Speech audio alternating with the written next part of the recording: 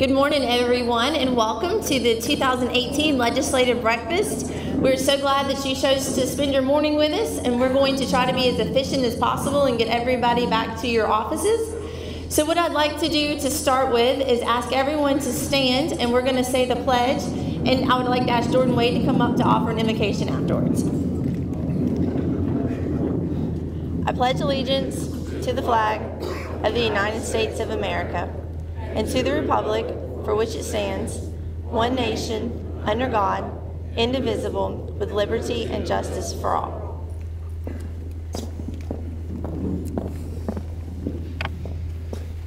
Our dear Heavenly Father, we're so grateful to be here. We're grateful for this wonderful community we live in. We're grateful for our elected officials and ask that you please guide them in the things that they do. We're grateful for this country we live in and the freedoms we enjoy. We ask you may please bless those who fight to protect our rights and our freedoms.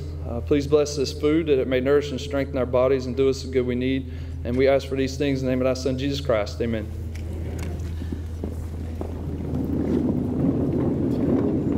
Before we get started, I'd just like to take a moment and thank our title sponsor for probably the 8th year in a row, if not longer, and that's Clay Electric. So if everyone from Clay, if y'all would stand or wave and just let us thank you for your continued support of this event. I'd also like to call up Mike Williams, who is the Public Affairs Officer for Nutrien. He's also on the Chamber's Executive Board, and he's our Government Relations Chair. He's going to be your MC today throughout the program. But we're going to get started, and we're going to give each legislator or their aide the opportunity to speak, and then at the end we'll have questions and answers. But Mike's going to kind of stand up and be your intermediate between the two. So if you'd like to say anything else, or otherwise we'll just get started. Welcome to Government in Action.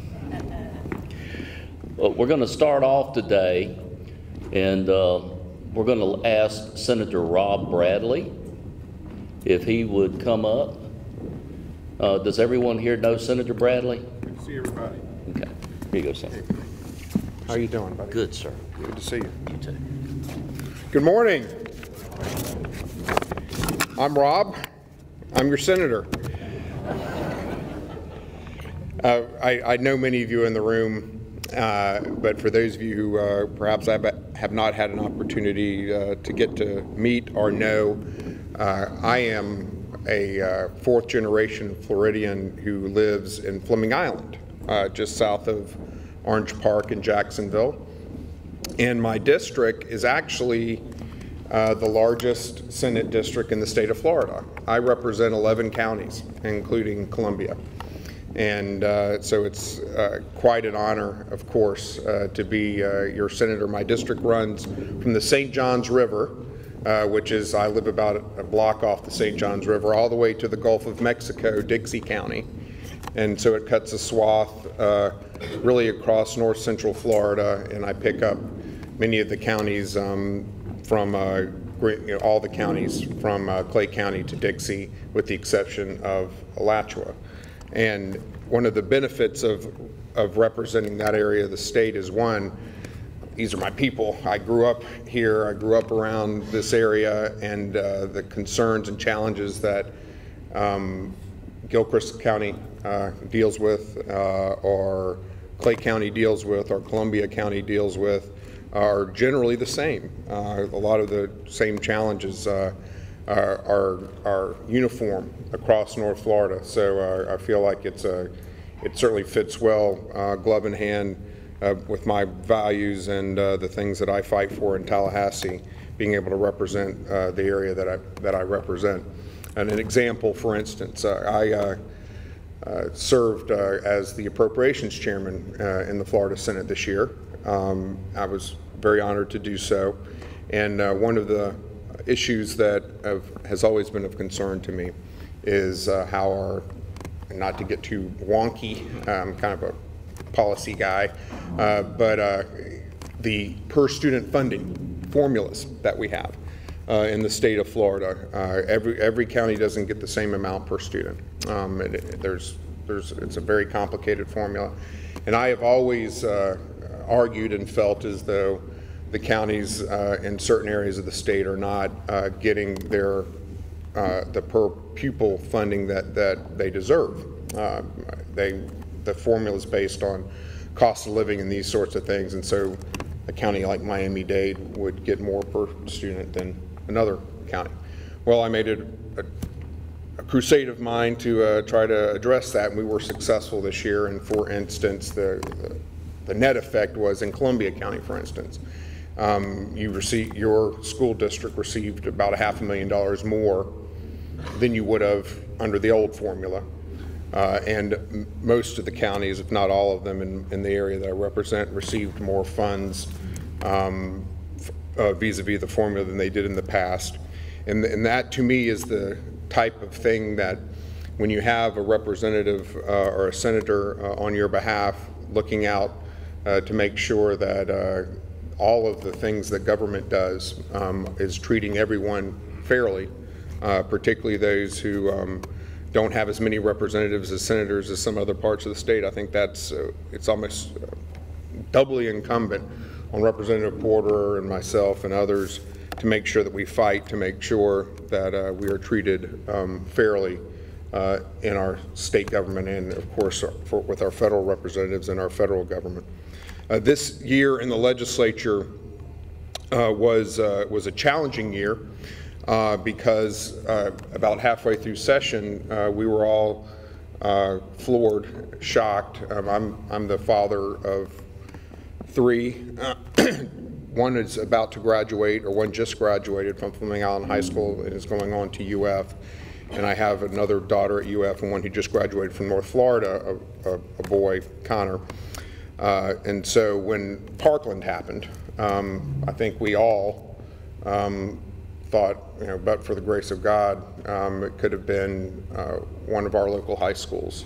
These kids, these families were no different than any of the schools that are in Senate District 5, any of the schools where my kids have gone to. And it was absolutely devastating. And I had the awful but privileged opportunity to sit with parents of who have lost their children, and also sat with many law enforcement experts throughout the state. We have a great sheriff here, Sheriff Hunter, and others, and police chiefs and school officials to figure out how can we make sure this never happens again, or what can we do everything in our power to do all the things that we need to do to make sure that this never happens again.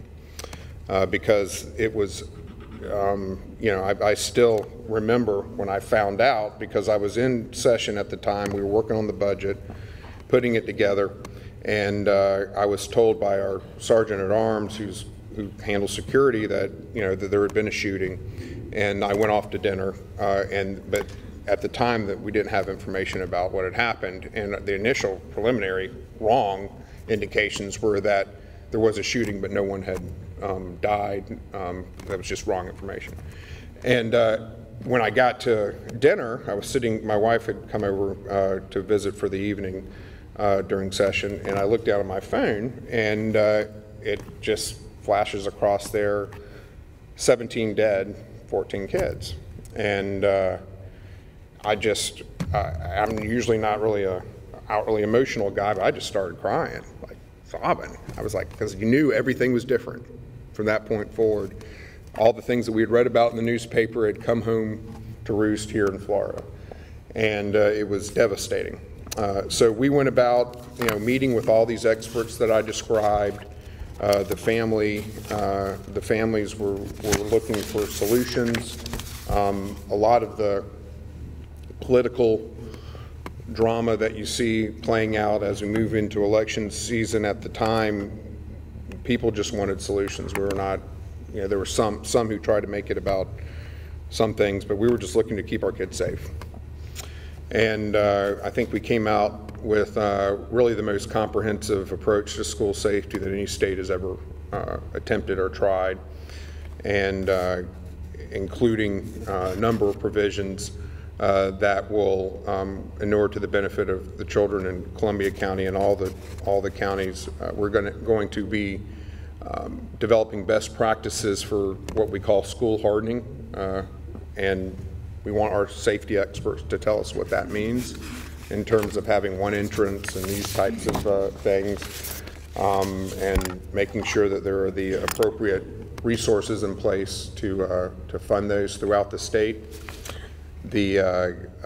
Every school in Florida is going to have at least one security officer, and that is the law now.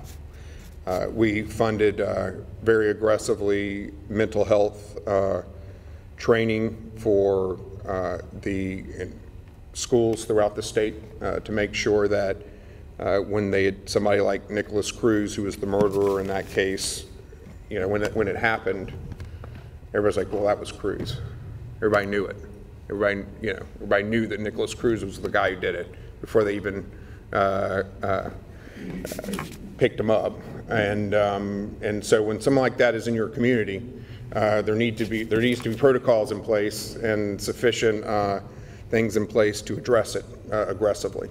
And we're going to give the resources to our communities to do that. And we're going to give power to, and we have given power to all the sheriffs throughout the state of Florida and their team when they identify somebody who is mentally defective and is a danger, to be able to, through a proper hearing, remove weapons from them if they have weapons in their house or home.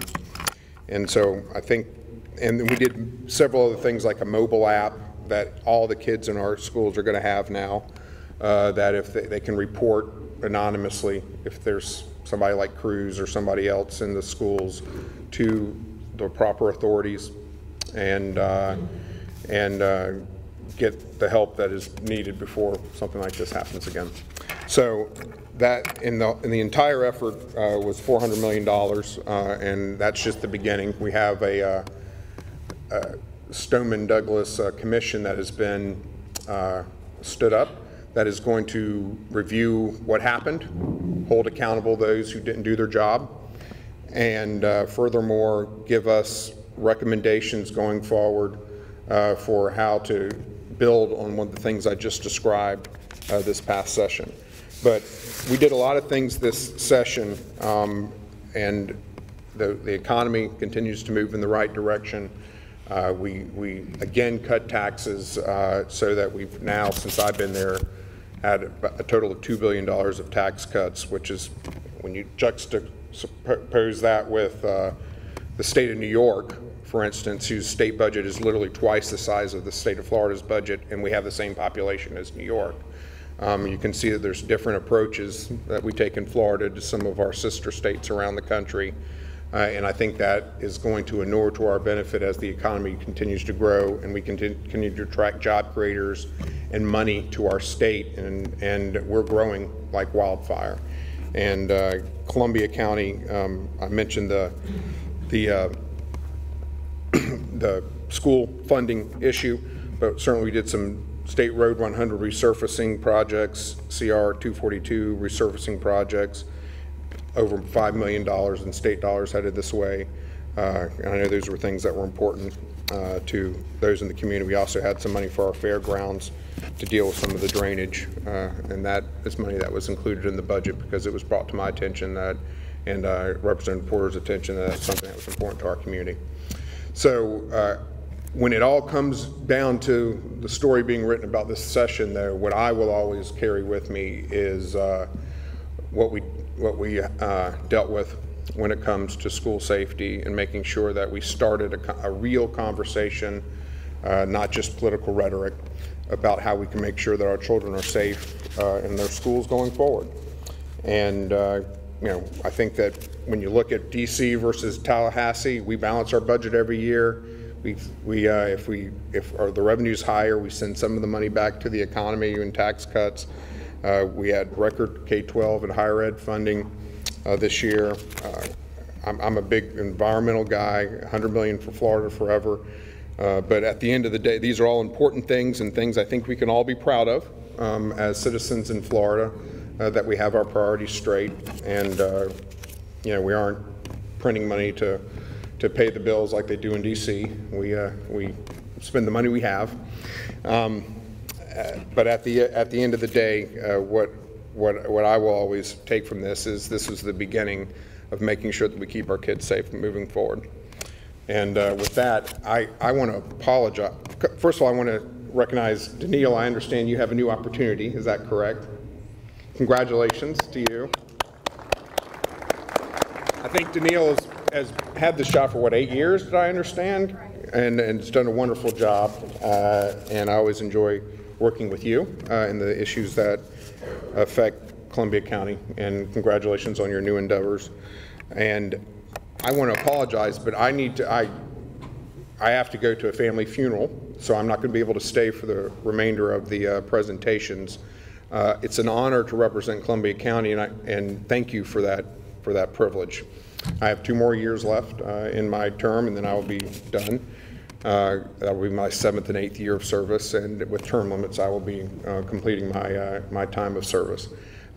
I don't know how you wanted to handle the questions, but perhaps because I have to leave, if anybody has any questions, perhaps I could take them right now, and then what I wanted to explain why I had to slip out.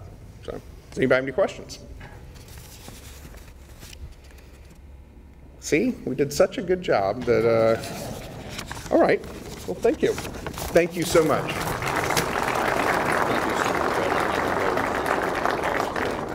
Thank you, sir. Thank you.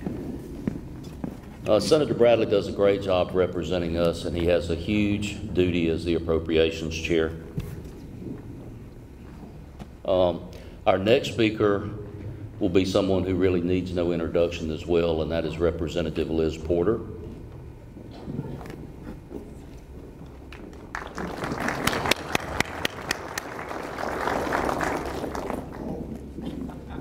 Oh, I grabbed your feet. I'm sorry.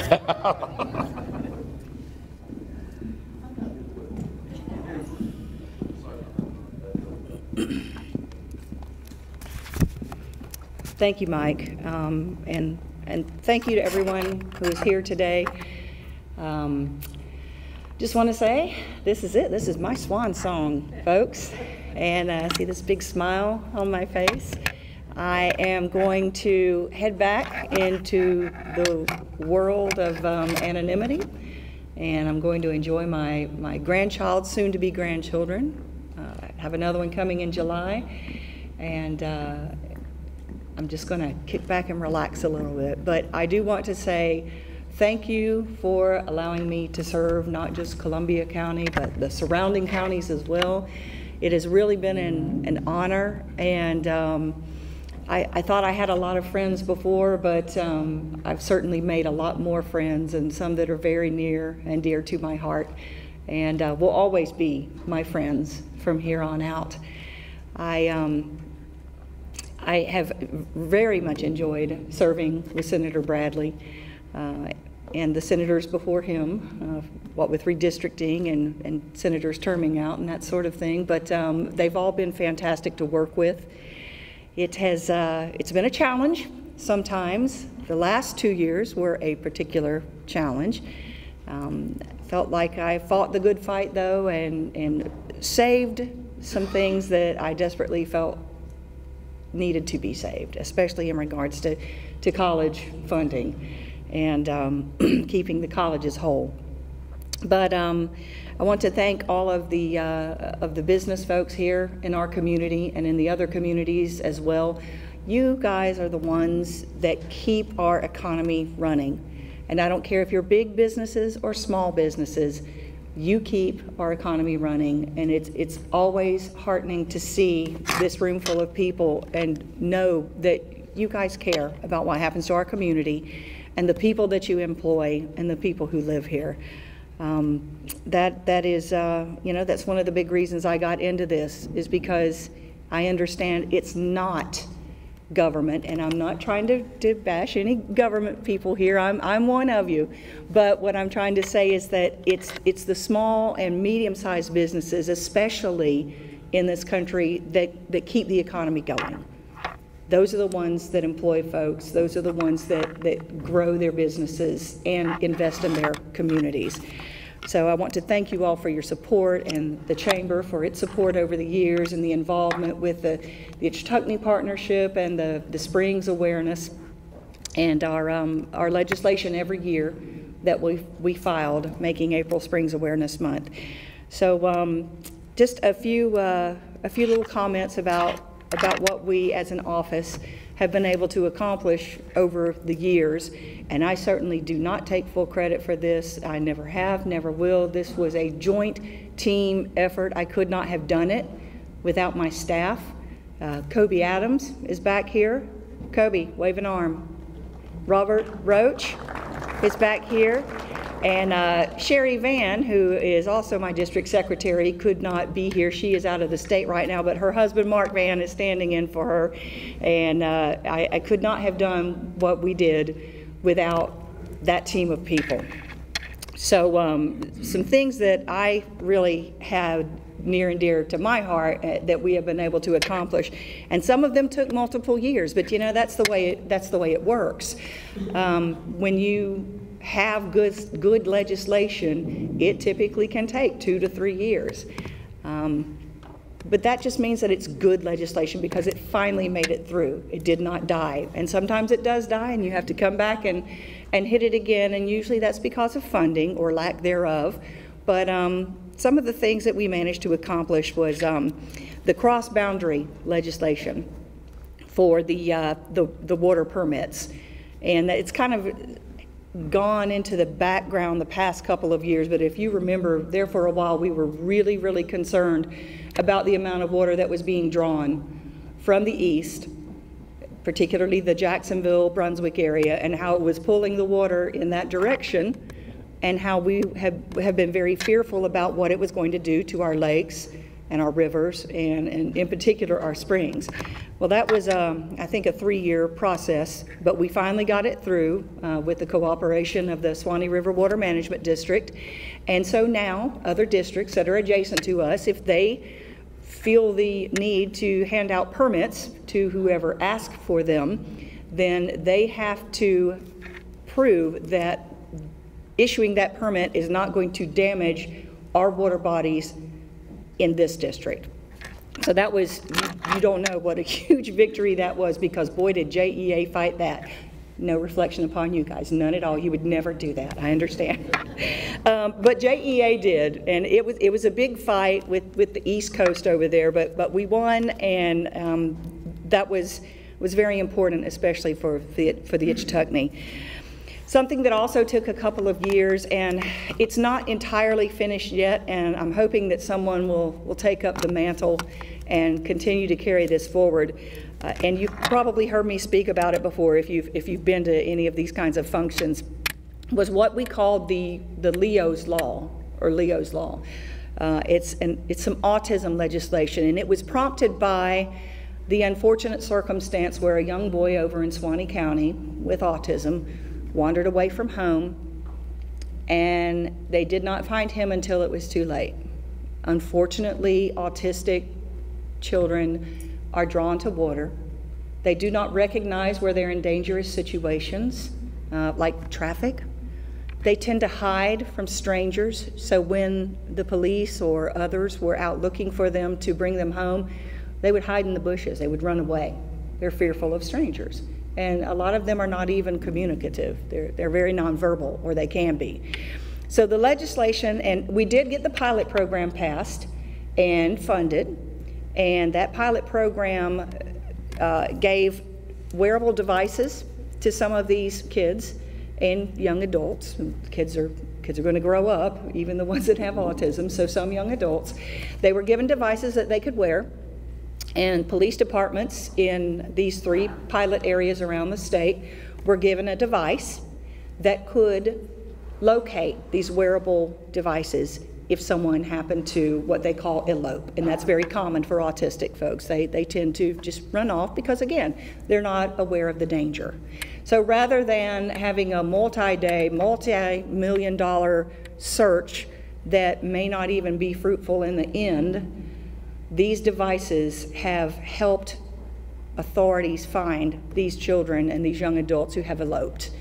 One boy over in Lafayette County had eloped and was found 200 yards from the river. He was headed that way. So we tried to expand it this year, and it did pass the House and the Senate. But with the very, very unfortunate circumstance that the senator talked about with the Parkland shooting, a lot of funding was diverted, and rightly so, to ensuring that our schools are hardened and safe for our children to attend. So the funding was pulled from that project.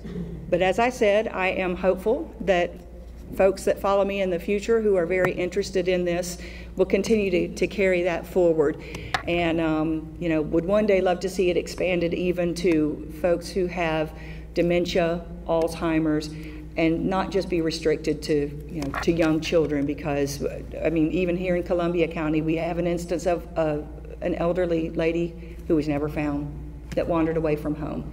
So it's important to me, and like I said, I sincerely hope and I do believe that someone will continue to carry that banner for me when I'm gone.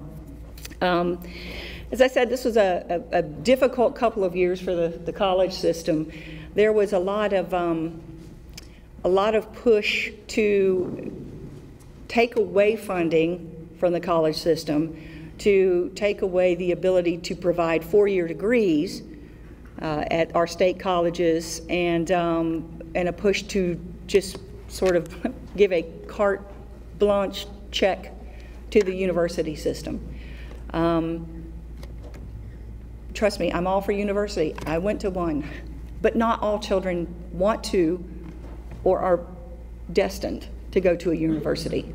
And today, in the day of outrageous, soaring student loan debt, which is greater than the entire credit card debt of the United States of America, for those that didn't know that, there needs to be an opportunity for our young people who are coming out of high school who do not wish to attend a four-year university, or to be able to look at a choice and say, you know what, I can get that two-year certification and make more as an IT specialist as I could with that four-year sociology degree. And I'm not picking on sociology, it's just whatever popped into my head first. But there is a huge opportunity as times change and technology changes and demands in the workforce change for these students to be able to go out there and with a 1 year even, in some cases, or a 2-year certification, can make a great living without incurring a lot of student debt. So that is the job that our colleges are fulfilling right now. So I fought very hard to continue to prevent the defunding of the college system and to allow them to keep their governance structure whole, because I think it's very important that colleges have the ability to be able to think and act locally. They know their market, they know their people, they know their students. And we were able to hold them off. Well, it was a lot of late night conversations with the chancellor of the college system, sitting in my office with the door closed, where we ranted and raved, and we may even have had a glass of wine and thrown things around. But in the end, we survived, and the college system has remained whole. So that makes me very happy, because that's what our students around here, by and large, tend to do. Some things from going way back in the past. Let's see. Sales tax holiday legislation. For you in the real estate business, the landlord and tenant legislation of 2013. Who remembers that? Trying to make a fair and even playing field for the landlords, and enabling them to do what they need to do in order to keep their businesses whole. Let's see. As the senator said, we had a good show this year when it comes to dollars for Columbia County, and you know, just Columbia County, not counting the others, but $4.3 million for school readiness services. VPK got about $1.5 million. The VA nursing home for some maintenance and repair, they got $500,000. Let's see, Lake City Correctional Facility, $90,000, but that's the PILT dollars that you see come through every year. That typically runs through the county. And then the county fairgrounds drainage project, I have to tell you that that idea was birthed by Sherry Van. Because we would go to those events out there, and tell me, everybody, if you've noticed this, whenever there is an event at the fairgrounds, it rains. Every time it rains. And us ladies who go out there in heels or long dresses, what do? We slog through the mud to get to the building. So Sherry said, you know, we need to do something about the drainage out there. And she ran it past the fairground board, and of course they're thinking, yeah, absolutely. If you have the dollars, we'll do it. So, so that was her idea. We wrote it up, we shared it with the senator, and we got it through. God bless the senator for being on the Appropriations Committee. That is really important. And for the next 2 years, you guys better make good use of that, because that is an incredibly powerful, pertinent job to this county. So any sucking up you can do to the senator will absolutely behoove you in the long run. Don't be afraid. Everybody does it up there. And let's see. And then, you know, workforce education program funds, about $400,000. So between my staff and myself and the senator and his staff, we've managed to do a lot for Columbia County over the years. And I'm sure that others following me will do just as much and hopefully even more, because, you know, us rural counties, we tend to get overlooked in the grand scheme of things. When you have 27 legislators from Miami-Dade, it's kind of hard to have your voice heard over all of that, right? So the only weapon you have to fight that is seniority. And you have not only seniority right now with Senator Bradley, but you have him as an appropriations chair, which is incredibly powerful and very important. So take advantage of that. I guess this is goodbye, at least in this position. I will still be around. I'll be working a real job with a real salary, and enjoying my family, enjoying my community, and most of all, enjoying my grandchildren. So thank you all again for allowing me to serve Columbia County. I know I seem awfully happy to go, and I am, but I will tell you that it is an experience I wouldn't trade for the world. It's had its moments of frustration, but I'm sure that any of you out there would agree that every job has that, no matter what you do. Some good days, some bad days. And in the end, if you feel like you've been able to contribute and you've been able to make a difference, then I think that you can walk away with a smile on your face and a little bitty flag of victory waving above your head. So it has been a pleasure. It has been an honor.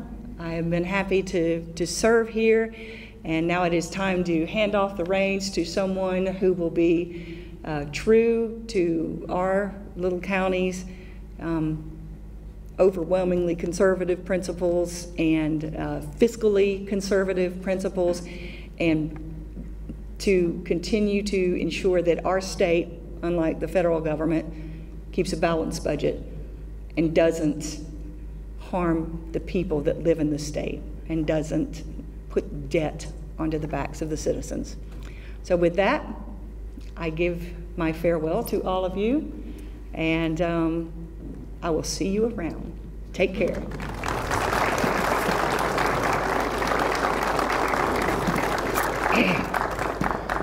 Well, whoever in the near future becomes Liz's replacement, they'll have big shoes to fill. So at this time, I believe we have Lisa Marshall from Senator Nelson's office.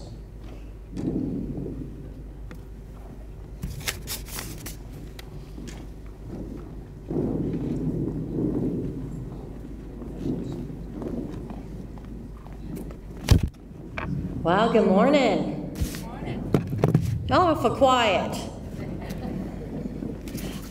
My name is Lisa Marshall, and I work for your senior U.S. Senator, Bill Nelson. Unfortunately, he couldn't be here today.